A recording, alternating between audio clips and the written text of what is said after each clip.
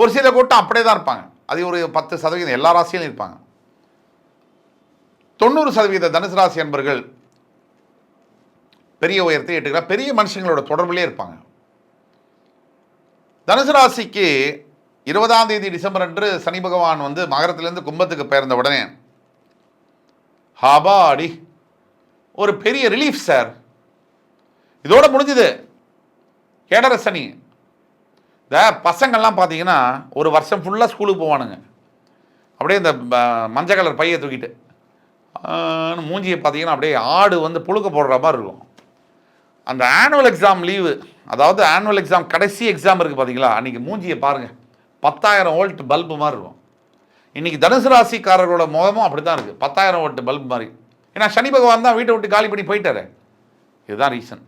ஆனால் அவர் விட்டுட்டு போன காயங்களுடைய வடு இன்னும் ஆறலை.